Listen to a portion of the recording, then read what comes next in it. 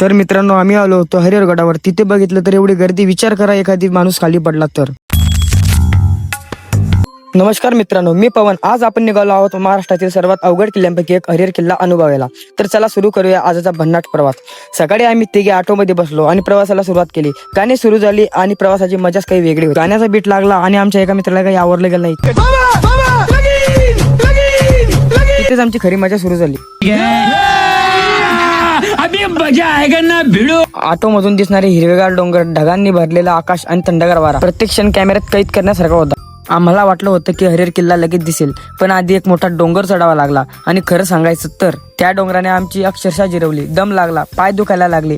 मध्ये मध्ये थांबून आम्ही चहा पाणी पण केली, पण एकच ध्यास होता, हरिहर गाठायचाच. तो डोंगर पार केल्यावर जेव्हा समोर हरिहर किल्ला दिसला, तेव्हा सगळा थकवा एका क्षणात गायब झाला.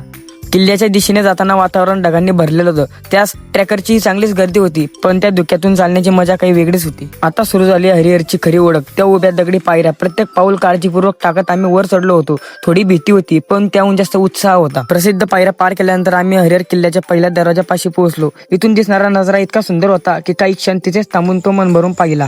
आम्ही पुन्हा पुढे निघालो. वर जाताना प्रत्येक वळणावर सह्याद्रीचं वेगळंच रूप पाहायला मिळत होतं.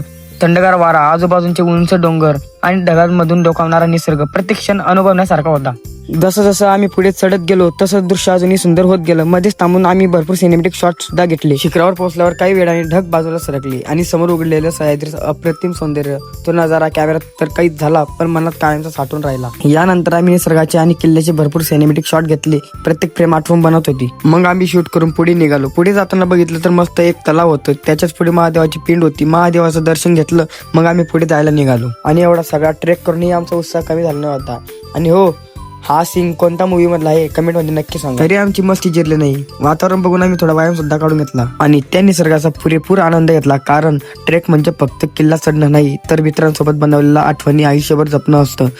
मग आम्ही जी शेवटची टेकडे आहे तिच्यावर जायला निघालो, पण आमच्या पहिले तर आदेश भाऊच गेला होता. फायनली मी वरती गेलो आणि आधी भाऊने माझा हात धरून मला ओढलं. वरती पोहोचल्यावर असा नजारा दिसत होता. सगळीकडे धुळं. जो भगवा झेंडा या भाऊच्या हातात दिसत आहे, तो भगवा झेंडा या टेकडीवर कायम लावलेला असतो. तिथे उभं राहून समोर दिसणारा नजारा शब्दात सांगणं शक्य आहे. जर हा ब्लॉग तुम्हाला आवडला असेल तर व्हिडिओला लाईक करा, चॅनलला सबस्क्राईब करा आणि अशाच भन्नाट प्रवासांसाठी आमच्यासोबत नक्की राहा. पुन्हा भेटू एका नव्या ब्लॉग मध्ये. तोपर्यंत जय महाराष्ट्र.